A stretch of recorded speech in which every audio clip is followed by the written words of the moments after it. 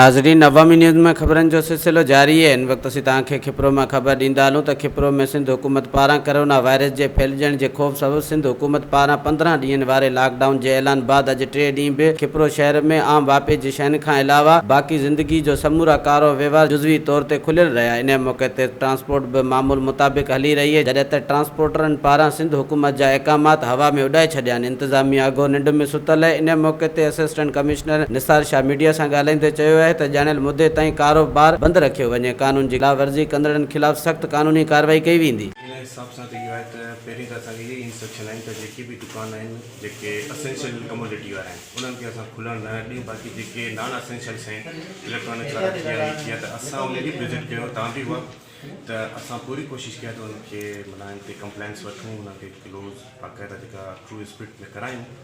अॼु भी विज़िट कयूं था, जेकॾहिं कोई का आहे वायलेशन आहे त असां बिल्कुलु कोडिंग कनि था या छा उहो बि असां विज़िट कयूं था। जेकॾहिं कोई आहे केस